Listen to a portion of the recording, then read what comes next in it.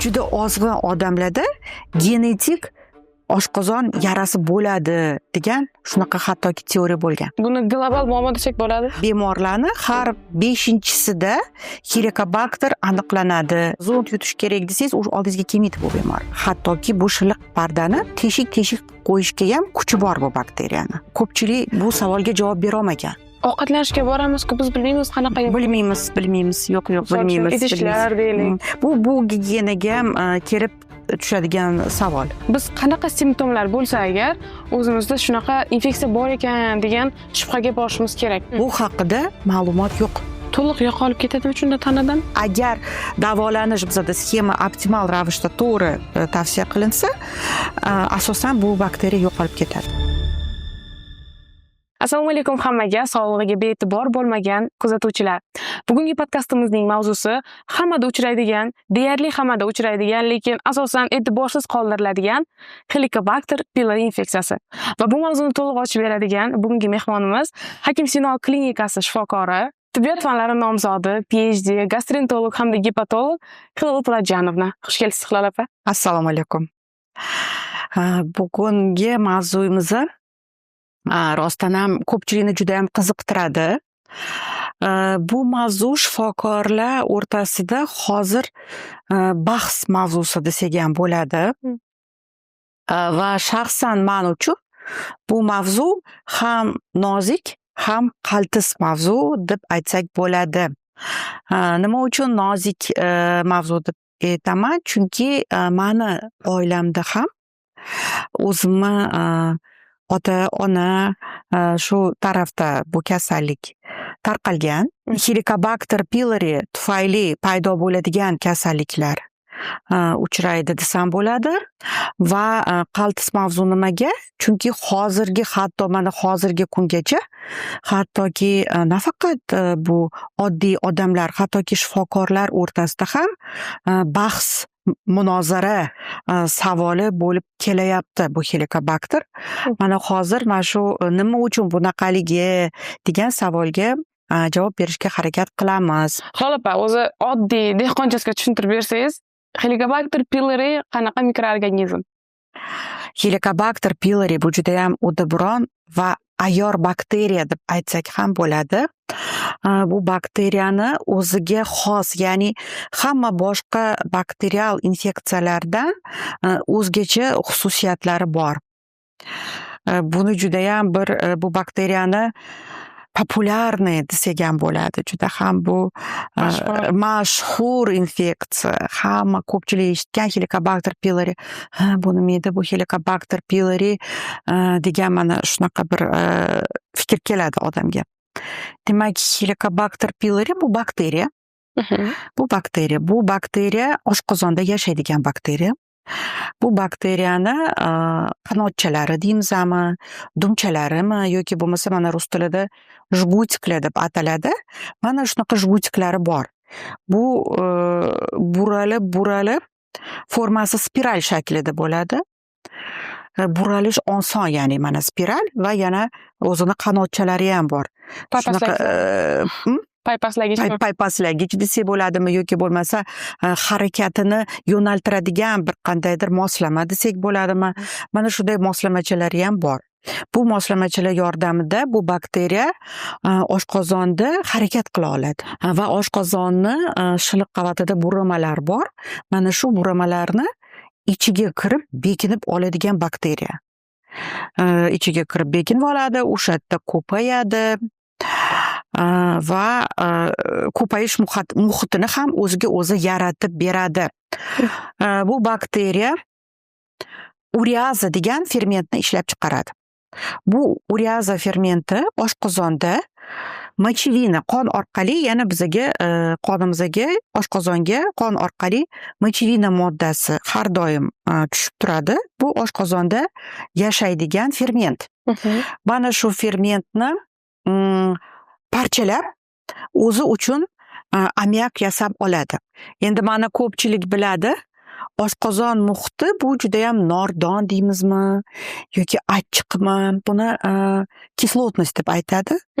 Kislotность, kislota bu o'zbek tilida ham rus tilida ham bemalol kislota deb aytsak bo'ladi. Oshqozon hujayralari tuz kislotasini ishlab chiqaradi va juda ko'p vaqt mobaynida olimlar, shifokorlar oshqozon steril deb hisoblangan.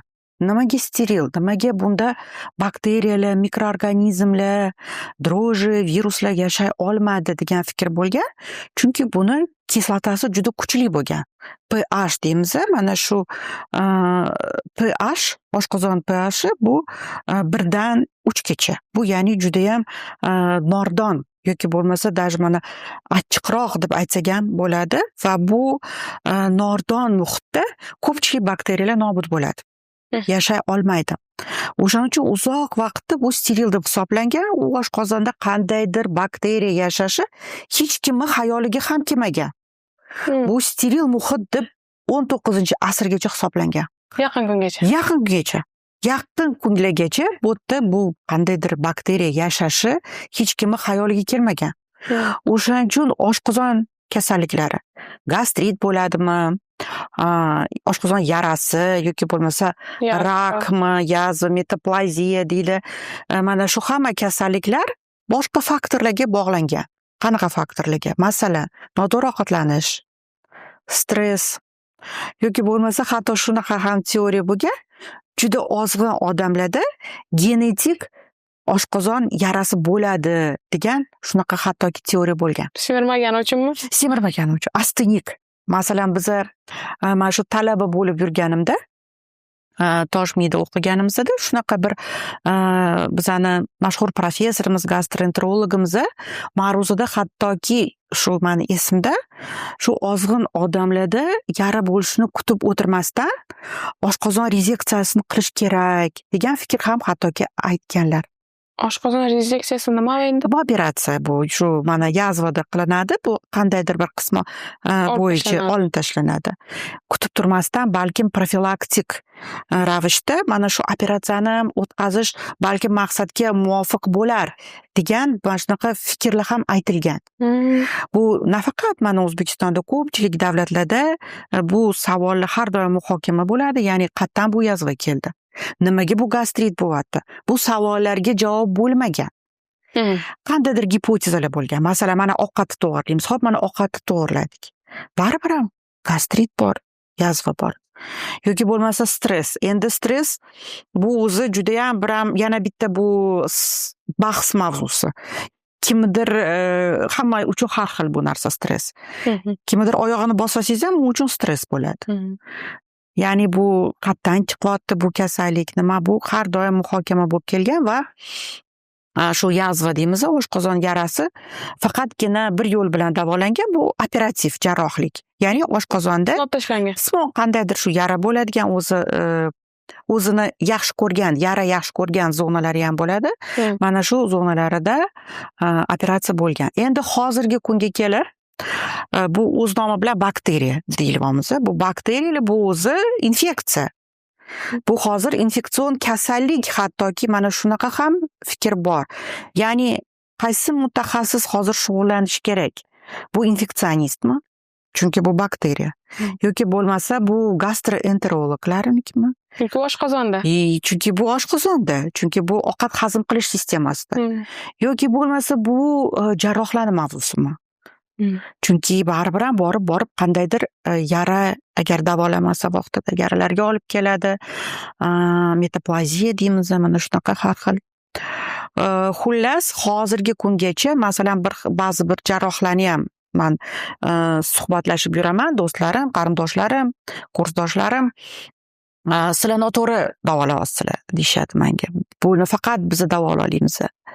Faqatgina mana endoskopiya qilib, o'zimiz tashxis qo'yib, biz mana jarrohlar davolaymiz. Sizlar bekor bu kuchli dorilar beryapsizlar, antibiotiklar degan fikrlar ham bor. O'shaning uchun bu bahs mavzusi. Bu haligacha ochiq mavzu. Ya'ni shifokorlar bitta fikrga kela olmayapti, lekin bizda reglament hujjatlari bor. ya'ni mana VOZ deymiz, Jahon sog'liqni saqlash tizimidagi hujjatlar bor, gastroenterologlar jamiyati bo'yicha hujjatlar bor. Mana bu hujjatlar haqida ham mana hozir gaplashamiz. Lekin mana hozir shu Helicobacter to'g'risida gaplashganimizda xususiyatlari to'g'risida yana aytmoqchiman. Ya'ni bu oshqozondagi nordon muhitda ureaza fermenti orqali mochevina degan bitta moddani parchalab, ammiak degan yana bitta, bu ishqor, bu ammiak. Ya'ni nordon muhitda xuddi bulutga o'xshab o'ziga kichkina bulutcha himoya qobig'ini yaratib, mana shu qobig'ni ichida yashaydi bu bakteriya. O'shaning uchun bu judayam kuchli bo'lgan, nordon bo'lgan muhitda bemalol yashab, ko'payib, rivojlanib va har xil turdagi kasalliklarni olib keladigan bakteriya hisoblanadi. Xo'p, endi buni qanchalik keng tarqalganligiga to'xtalsak, buni global muammo desak bo'ladi? Bu albatta bu global muammo. Har xil statistik tekshiruvlarga ko'ra, bu mana masalan ba'zi bir tekshiruvlar 50% odamda bo'lishi mumkin Helicobacter. Va bu normada ham qandaydir miqdorda bo'ladi. Normada bo'ladi, lekin mana shu me'yor jarayonidan ko'payib ketganda kasalliklarga olib keladi. Bu 50% degani bu aholining teng yarmisi. Yoki bo'lmasa shikoyat bilan keladigan bemorlarni har 5-sida Helicobacter aniqlanadi degan statistik, yana bu tekshiruvlar har xil anaqalar bor. Xo'p, 50% aholida uchraydi dedingiz. Ya'ni hozirda mana ayni kunda O'zbekiston aholisi 37 million, 40 millionga yaqinlashgan bo'lsa, deylik 20 million aholida hozir Helicobacter pillari bo'lishi mumkin. Xo'p, endi klinik nuqtai nazardan biz qanaqa simptomlar bo'lsa agar o'zimizda shunaqa infeksiya bor ekan degan shubhaga borishimiz kerak? Qanaqa simptomlar bo'lsa? Mana shu juda qiziq savol berdingiz. Savolingizga rahmat. Yana bir marta aytishim kerak, mana shu qachon davolash kerak, qanday qilib davolash kerak va nima uchun davolash kerak va o'zi umuman davolash kerakmi yo'qmi? Bu ham bahs, munozara savollari. Endi mana me'yoriy hujjatlar dedim, nazorat qiluvchi hujjatlar. Gastroenterologlar bizada Maastricht konsensusi deb ataladi. Mana shu hujjatlar bo'yicha biz ishlaymiz. Maastricht bu shaharcha, Gollandiya, Niderlandiyada joylashgan va mana shu konsensus deyiladi. Bu butun dunyo deymiz, rivojlangan davlatlar mutaxassislari kelib, mana shu yig'ilishda, konferensiyalarda o'z fikrlari bilan, o'z tekshiruvlari bilan, исследованиялari bilan fikr almashinib, qandaydir bitta fikrga kelinadi. Qanday davolanish kerak? Masalan, bizni oxirgi me'yoriy hujjatimiz bu 6-chi Maastricht konsensusi. Mana shu me'yor hujjati bo'yicha biz ishlaymiz. Undan oldin mana yana bir 5 marta yig'ilgan ekan bu gastroenterologlar. Faqatgina bu Helicobacter bo'yicha yig'ilishadi, boshqa kasalliklar emas. To'liq muzokara shu haqida bo'ladi. Faqat Helicobacter to'g'risida. Mana Maastricht va undan Helicobacterdan kelib chiqadigan kasalliklar to'g'risida. Mana shu nima haqida bular 6 marta yig'ilishyapti degan savol tug'iladi. Har 2-3 yilda, 4 yilda har xil anaqasi. Hozir mana oxirgisi 6-chi marta bo'ldi. Demak, bunda birinchidan qanday qilib tashxislaymiz? Tashxislash o'zi oson emas. Mana 3 ta test bizada informatsiya, ya'ni ma'lumot beradigan test hisoblanadi. Birinchi test bu qondagi Helicobacter. Qonda olinadi, Helicobacter tekshiriladi. Lekin mana hozirgi kunga kelib biz bu testdan qaytyapmiz. Chunki bundan oladigan ma'lumotimiz juda kam. Faqatgina qachondir organizm Helicobacter bilan uchrashgan, bu infeksiyani taniydi degan savolga javob olamiz. Bo'ldi. Ya'ni oldin bo'lgan bo'lishi kerakmi shunda? Oldin bo'lganmi, hozir bormi, faol yoki faol emas, qandaydir kasalliklar hozir chaqiryaptimi yo'qmi, davolanganmi yo'qmi, bu haqida ma'lumot yo'q. Aytganimdek, xuddi mana 50% agar hozir aytadigan bo'lsak, demak har bitta ikkinchi bemorda bu qonida chiqishi mumkin. O'shaning uchun bu test noinformativ, ma'lumoti kam deb hisoblanadi. Yana bitta tekshiruvlarimizdan biri bu axlatdagi analiz, analiz antigen deb aytiladi, antigen Helicobacter pylori, lekin bu har doim ham qulay emas. Masalan, bemor patsient uchun. Mana ko'rikka keldi bemor, biz unga aytamiz, siz Helicobacterga topshirishingiz kerak tekshiruv axlatingizda. Xo'p deydi bemor, bu axlat issiqroq deymizmi, mana svejroq deymizmi, ya'ni 3-4 kunlik axlat to'g'ri kelmaydi. Bu axlat mana darhol olib kelish kerak klinikaga yoki bo'lmasa klinika sharoitida yig'ish kerak bu axlatni. Bu bemorlar uchun har doim ham qulay emas. Idish toza bo'lishi kerak, steril, va bu axlatni bir necha qismidan olinish kerak va unitaz sharoitida bo'lmasligi kerak. Va bu yoqda bemordan tashqari yana bir klinik xodimni yordami kerak bo'lar ekan. Yordami bo'ladi. No aksariyat kim masalan uyingizga borib axlat yig'ib bermaydi-yu. Ya'ni mana shu uchun ham noqulay demoqchi. Noqulaylik. Mayli, noqulayligi bir tomon, uni foizdachi hisoblaydigan bo'lsak, u aniq ko'rsatadi. Bu qondagi emas. Yo'q, qondagi emas. Bu ham bu bizada informativligi, ya'ni biz uchun bu yaxshi analiz hisoblanadi shifokorlar uchun va bu analiz bo'yicha ishlashimizga bizga imkoniyat bor. Lekin faqatgina mana shu qandaydir anaqalar bo'lishi mumkin-da, noqulayliklar va kim biladi qaysi tochkadan olindi bu axlat. Mana shunaqangi bir noqulaylik bor. Mana yana bitta bir tekshiruv bo'lgan, bu gastroskopiya yoki bo'lmasa lampochka yutish, shlang yutish, zond yutish, har xil anaqalar gaplar va bemorlarni eng yomon ko'rgan tekshiruvlardan biri, eng qo'rqqan, eng yomon ko'rgan, kayfiyati tushib ketadi. Hattoki bilasizmi, bir xil bemorlar qaytib kelmaydi. Mana zond yutish kerak desangiz, oldingizga kelmaydi bu bemor. Ko'p ba'zi birlari, hammasi emas. Jonidan o'tib ketganlar qaytib keladi. Voy deydi, men yutolmayman, men uchun bu shunaqa qiyin. Hattoki mana hozir sedatsiya, ya'ni bir uxlatib qo'yib ham qilinyapti. Albatta bu gastroskopiya ham biz uchun keraklik metod, tekshiruv. Qaysi hollarda organik qanaqadir nosozliklar, ya'ni mana yara yoki bo'lmasa недостаточность кардиального привратника, mana shunaqangi qandaydir bir mukammalroq bo'lgan tashxislar holatlarida biz albatta gastroskopiya qilishimiz kerak.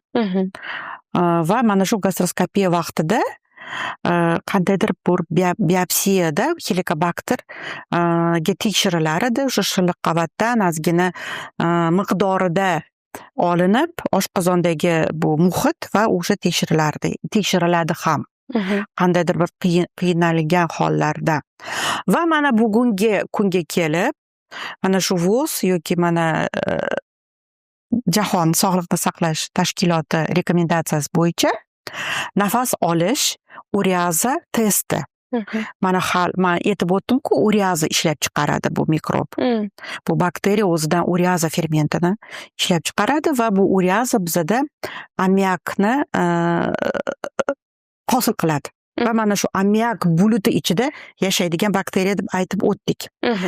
Va bu tekshiruv mana bemorlar mochilina yutadi, mana dorisini tabletka yoki bo'lmasa mochilina ichiladi va naychali orqali puflab nafas beradi va mana shu chiqayotgan nafasida bu Helicobacter bormi, yo'qmi, manfiymi, musbatmi miqdori me'yor darajasidan ko'proqmi, mana shu savollarga biz javob olamiz.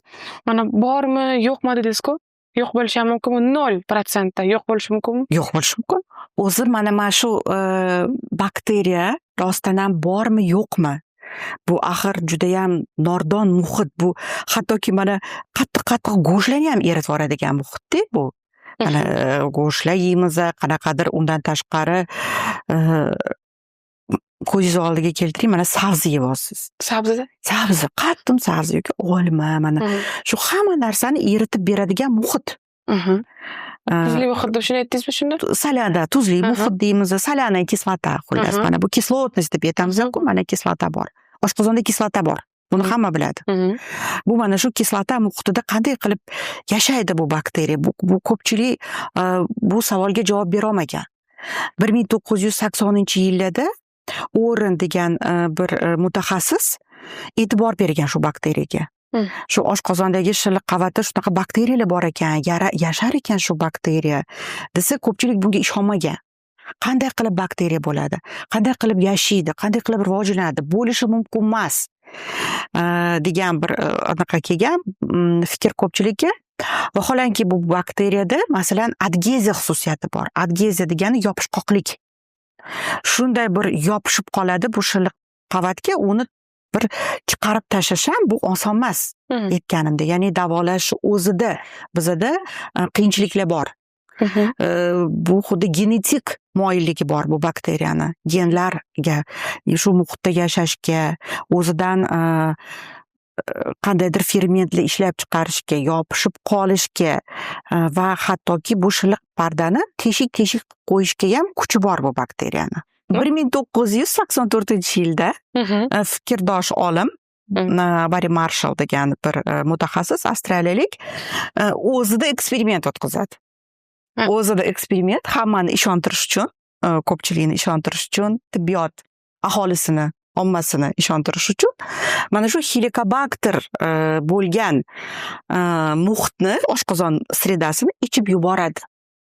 Demak, qurbon o'zi bo'lgan. O'zi qurbon bo'lgan va mana unda gastrit rivojlangan. Bir necha kun mobaynida, bir qandaydir vaqt mobaynida gastrit rivojlangan va mana menda gastrit bo'ldim deb isbotlab bergan. Va bu bakteriyani antibiotiklar yordamida davolagan o'zi. Va mana shundan keyin bu bakteriya bo'yicha qandaydir bir tushuncha paydo bo'lib, tekshiruvlar boshlandi. O'sha 1980-yildan keyin, 80-yillardan keyin. Mana shu ikkita olim juda ko'p mehnat qilishgan. Bu helikobakter isbotlab berish uchun shu oshqozon kasalliklari bo'yicha juda ko'p ishlar yozishgan ilmiy. 2005-yilda, adashmasam 2005-yilda bu ikkita olim mana shu helikobakterni tushunchasini tibbiyotga kirg'izib revolyutsiya qilgani uchun Nobel mukofotini olishgan. Ya'ni bu kasallik ovqatlanishga emas, stressga emas, gigiyenani buzilishiga emas, faqatgina mana shu bakteriya tufayli. To'g'ri, qandaydir bu faktorlar bor kasalliklarni rivojlantiruvchi. Oldin mana yana shunaqa tushuncha bor edi, bu spirtli ichimliklar, alkogol ichimliklarni ichuvchilarda bo'ladi deb. Rostdan ham shu ko'pchilik spirtli ichib yuradigan odamlarda bo'lgan bu oshqozon yarasi. Bu og'irlashtiruvchi faktor deb qabul qilsak bo'ladi. Xo'p, endi mana sabab bor, oqibat. Mana shu helikobakterni kelib chiqishiga sabab nima? Uni rivojlantirishini oqibatlari bor. Stress yoki sanab o'tgan holatlar, lekin uni o'zi nimadan sodir bo'ladi? O'zi qanday paydo bo'ladi? Bu infeksiya, ya'ni bu so'liydan yo'qoladigan. Kimdirda bo'lib, kimdirda bo'ladi. Bu oila sharoitida bo'lishi mumkin. Endi bizada mana O'zbekiston haqida gapirsak, bizada nima ko'p? O'tirishlar ko'p. Choyxonalar ko'p. Yig'ilishlar ko'p yoki bo'lmasa, masalan, ba'zi hollarda tish shotkasida ham bo'ladi. Kimnidir tish shotkasida anaqa alishib ketishgan bo'lishi mumkin. Va asosiysi bu oila muhitida bo'lishi mumkin. Chunki so'lidan so'liga yana oralni или fekalni deymiz. Mana shunaqa yo'llari bor. Bu gapingizdan kelib chiqib, mana aytdik-ku, o'tirishlar ko'p, yig'ilishlar ko'p. Demak, oddiy ovqat tayyorlash va ovqatlanish jarayonidagi gigiyena ham muhim ahamiyat kasb etadi, to'g'rimi? To'g'ri. Menimcha, bilasizmi, hozir gigiyenaga juda ham rioya qilamiz. Lekin ba'zi bir hollarda uchraydi, albatta. Ovqatlanishga boramiz-ku, biz bilmaymiz qanaqa. Bilmaymiz. Yo'q, bilmaymiz. Idishlar deylik. Bu gigiyenaga ham kelib tushadigan savol, taqaladigan. Endi bilasizmi, bu faktorlari ko'p. Bu immunitetga ham bog'liq. Immunitetga bog'liq. Keyin bu bakteriyani turi ham har xil. Yumshoqroq deymizmi, shunaqa turlari bor. Yengilroq bakteriya bor, og'irroq kechadigan mutatsiyasi bor. Mana shu faktorlari ham bor. Keyin shunaqa yana bitta teoriya deymizmi, gipoteza bor. Masalan, bolalarni shilliq qavati, oshqozonidagi shilliq qavati bu tezroq regeneratsiya bo'ladi degan bir anaqa bor shu tibbiyotda. O'shaning uchun bolalarda kamroq uchraydi. Mana shunaqa bir anaqa. Lekin bu bolada uchramaydi degani emas. Yosh bolalarda ham uchraydigan hol. Hilol opa, hozir bitta narsaga aniqlik kiritib olsak, biz aytdik, kal orqali, undan tashqari qon orqali va nafas yo'li orqali zondni ham aytib o'tdingiz. Shu Helicobacter pylorini aniqlasak bo'ladi. Xo'p, ikkisini farqi nima? Qondagi bilan nafas yo'li orqali olinadigan testni fundamental farqini tushuntirib bering. Endi mana qondagi aytdim. Bu hozir bakteriya bu faolmi yo'qmi biz bilib ola olmaymiz. Faqatgina qachondir to'qnashganlik haqida. Bo'ldi. Boshqa hech qanaqa informatsiya, ma'lumot yo'q. Bu tekshiruvni biz asosiy deb qabul qila olmaymiz. Faqatgina qandaydir ikkilamchi, yordam beruvchi, bu ko'proq bilasizmi, ilmiy ishlarga mansub test desak ham bo'ladi, qandaydir tekshiruvlarga. Qonga nisbatan nafas testi ancha ustunroq va aniqroq demak. Bu nafas olish testi zolotoy standart. Gold method deyiladi. Ya'ni bu hozirgi kunda eng zamonaviy, qulay va judayam bizga beradigan ma'lumotli analiz deb qabul qilsak bo'ladi. Bu VOS orqali mana keng tarqalyapti hozir. Klinikamizda ham qilamiz bu tekshiruvni. Bemalol bu analiz asosida, test asosida bemorlarni davolasak bo'ladi. Endi masalan bizani hozir kuzatayotgan sog'lig'iga befarq bo'lmagan odamlar mana shu savol bilan o'ziga shu savolni bersa, mana Helicobacter pylori bormi, yo'qmi degan savolga bizani klinikaga kelib bemalol o'zligini tekshirtirishligi mumkin. Biz bu test orqali tekshiramiz, tekshirib o'tkazamiz. Bu juda qulay tez va bemor uchun juda komfort sharoitida o'tkaziladigan analiz. Faqatgina bemor 4 hafta mobaynida ingibitori protonniy pompa degan dorilar bor. Bu mana hamma biladigan AMS, omeprazol, pantoprazol. Yo'q, bu hazm qiluvchi emas. Bu oshqozondagi kislotani tushirib beruvchi preparatlar. Va antibiotiklar qabul qilmagan bo'lsalar, bu testni topshirishda bizada dostovernost, informativnost yuqori bo'ladi. Ya'ni adashmaymiz. Bu to'g'ri chiqadi rezultat, natija. O'shaning uchun shu dorilarni qabul qilmasdan 3-4 hafta mobaynida kelishga tavsiya berardim. O'ziga xos bir anaqalari bor-da, nyuanslari. Bu qoidalari. Mana shunaqa qoidasi bor. Xo'p, Hilol opa, o'zingiz aytib o'tganingizdek, umuman invaziv usullarsiz ham aniq bir javobga ega bo'lishi mumkin mijozlarimiz. Lekin aynan qanday holatda, qanaqa simptomlar bo'lganda ular bizga murojaat qilishi kerak? Bu savol mana hozir muzokarali savol. Qachonki biz davolashimiz kerak? Qachon bemor keladi tashxis uchun, davolanish uchun? Oshqozon ichaklar sistemasidagi qandaydir shikoyat bo'lishi mumkin, har xil shikoyatlar. Qanday shikoyatlar bilan kelishadi? Masalan, ovqat yomon hazm qilaman. Og'ir ovqat yemayman. Xamir ovqat yemayman deyiladi shikoyatlarda. Yoki bo'lmasa ovqat yegandan keyin qornim shishib ketadi. Yoki bo'lmasa ichim buziladi. Nimaga biz hozir ichaklar haqida gapiryapmiz? Ich buzilishi, ich qotishi yoki bo'lmasa mana aytganimdek qorin shishib ketishi, bu hammasi shu Helicobacter pylori oshqozon kasalliklarining asorati bo'lishi mumkin. Chunki oshqozon ichaklar bu trakt deb ataladi. Trakt bu yo'l, xuddi mana bitta yo'l. Ya'ni ovqat kiradi va ovqatimiz chiqib ketadi. Mana shu yo'lda qandaydir nosozliklar bo'lsa, bu boshqa qismlariga ham ta'sir qiladi. Oshqozondagi nosozlik qizil o'ngachga ta'sir qilishi mumkin. reflux bo'lishi mumkin. Yoki bo'lmasa ichaklarga ta'sir qilishi mumkin. O'zi bilasizmi, bitta yana qiziq fakt bor. Mana shu Helicobacter bakteriyasini ko'rinishi juda ham Campylobacterga o'xshaydi. Campylobacter bu ichaklarimizda uchraydigan mikrob. Va mana shu Helicobacter birinchi marta topilganda shunaqa fikr kelgan olimlarga bu Campylobacter bu ichaklardan chiqib qoldi. O'xshash bo'lgani uchun, lekin Campylobacter keyin tasdiqlangan oshqozon muhitida yashay olmaydi. O'shaning uchun tuzli muhit bo'lgan uchun, o'shaning uchun oldin uni Campylobacter ham deb atalgan qandaydir vaqtda. Lekin ya'ni Helicobacter bakteriyasi keyin qandaydir mana shu ichaklarimizda ingichka ichakmi, yo'g'on ichakmi, 12 barmoqli ichakmi, shu regionlarda ham qandaydir nosozlik chaqirishi mumkin. Yana bitta bir xil bemorlar bor, menga yetishadi-da, bu ikkita antibiotikdan keyin disbakterioz bo'lib ketaman-ku deydi. Mani ichaklar bu qanaqa bu davo degan. Bizga shunaqa bir fikrlar ham yetishadi.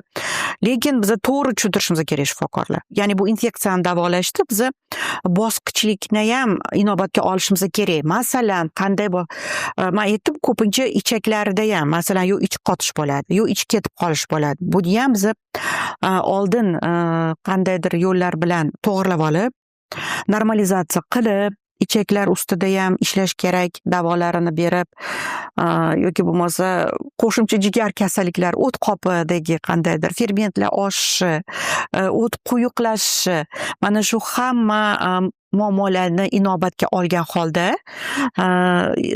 etapma-etap, bosqichma-bosqich davolashga o'tishimiz kerak. Lekin baribir ham oxirgi bizani mana shu intilayotgan bizani natijamiz, marramiz bu Helicobacterni eradikatsiyasi. To'liq yo'qolib ketadimi shunda tanadan bu bakteriya? O'sha yo'qolish juda qiyin yo'qotish. Mana aytdimki, buni nima degani, bizda antibiotiklar juda ko'p vaqtdan beri umuman nazoratsiz qabul qilinadi. Bemorlar gapiradi, mana isitmam chiquvdi, borib bir nima ichib oldim, amoksiklav ichib oldim yoki bo'lmasa kloritromitsin. Ya'ni mana shu nazoratsiz antibiotiklarni qabul qilish bizda muammo tug'dirgan. Bu rezistentlik, ya'ni sezuvchanlik tushish antibiotiklarga. Mana shu vaqtlarda antibiotiklar ta'sir qilmay qoladi ba'zan. Biz antibiotikni to'g'ri tanladik, yaxshi zo'r sxema berdik, mana shu 16 ta sxema ichida. Optimal variant topib berdik bemorga. Bemor o'ylaymiz, tabletkasini soni kamroq bo'lsin, oshqozonni yana battar ortib qo'ymasin, qo'ynini aynitmasin. Masalan, bir xil antibiotiklar bor, qo'ynni aytadi. Bemorlar aytadi, "Va, qo'ynim aynib ketyapti bergan doringizdan." Bor gap shu. Lekin baribir ham qabul qilishimiz kerak, chunki Helicobacter bor oshqozonda.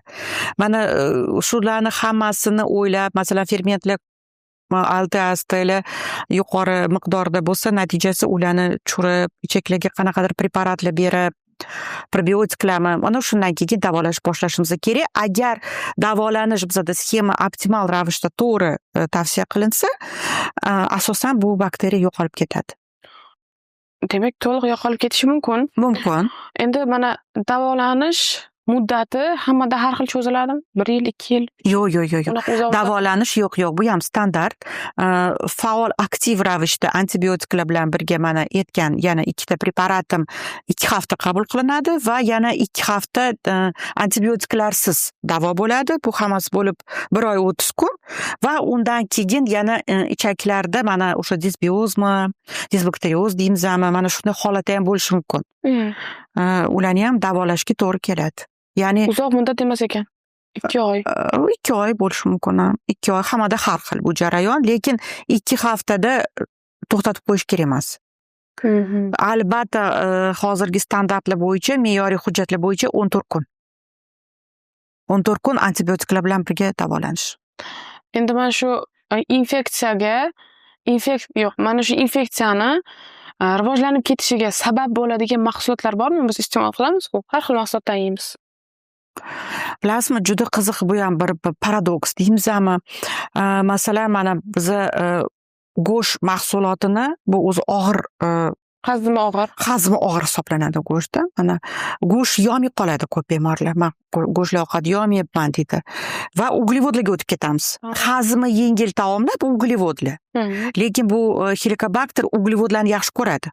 Uglevod ko'p bo'lganda yoki bo'lmasa mana sut mahsulotlari mana shu anaqalarda yaxshi rivojlanadi muhitda. Undan ham biz yordam beramiz ko'proq.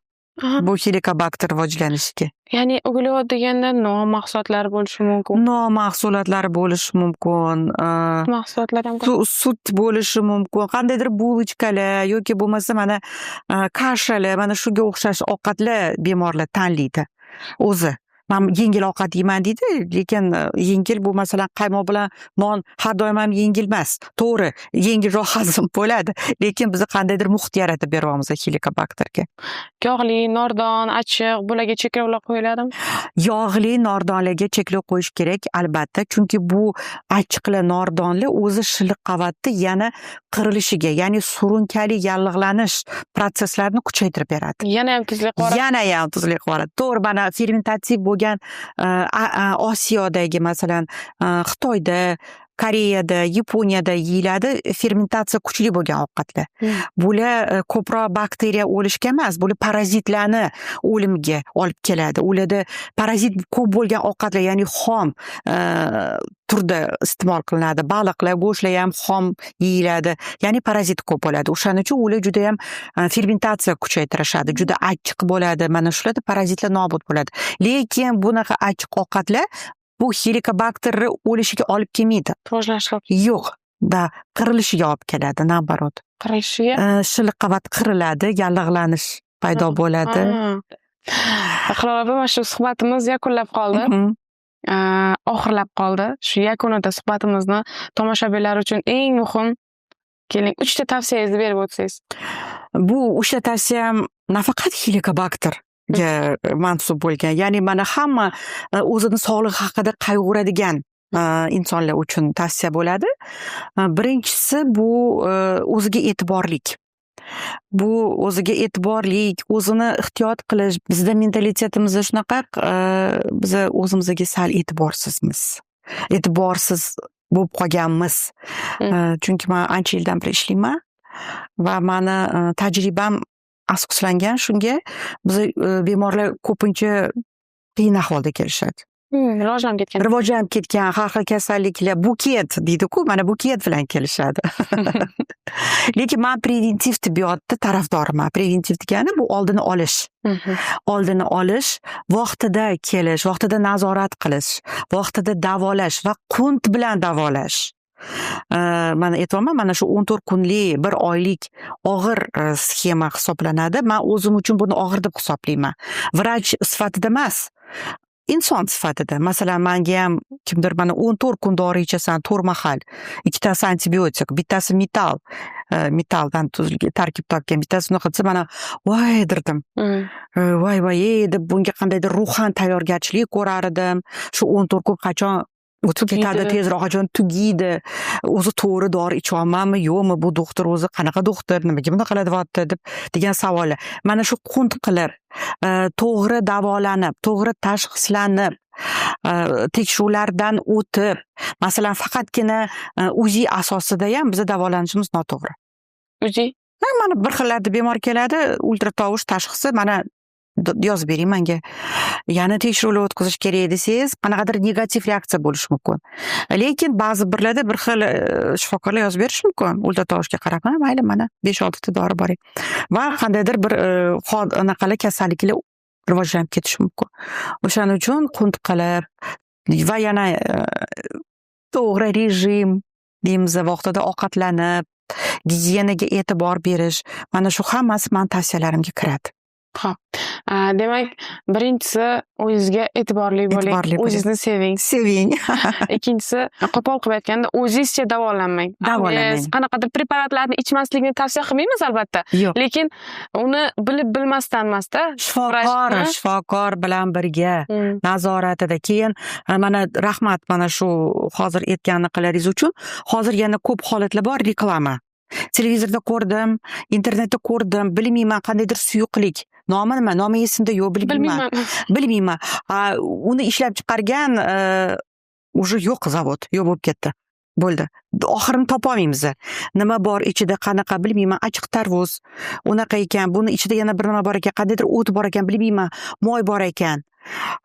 Mana ham bilmayman nima bu. Chunki bu tibbiyotdan xoli bo'lgan, anaqali, o'shaning uchun reklamalarga ishonmasdan, o'sha o'zini o'zi davolash kamroq bo'lsin. Iltimos. Xalq tabobatini niqob qilganlarga ishonib qolmang deysizmi? To'g'ri, xalq tabobatini men hurmat qilaman. Lekin baribir ham bunda bilib bilmasdan, nazoratsiz bu ham og'ir anaqalarga olib kelishi mumkin. Avvalambor bizni podkastimizga tashrif buyurganingiz uchun sizga kattakon rahmat. Juda ham qiziqarli va biz uchun manfaatli mavzu bo'ldi. Agarda do'stlar sizlarda xuddi shu sanab o'tilgan muammolar kuzatilayotgan bo'lsa, oddiy oshqozon muammosi deb buni chetda qoldirmang, e'tibordan chetda qoldirmang. Albatta o'zingiz tekshirib ko'ring va bu podkastimizni yaqinlaringiz bilan ham ulashing. Ularga ham manfaatli bo'lsin. Salomat bo'ling.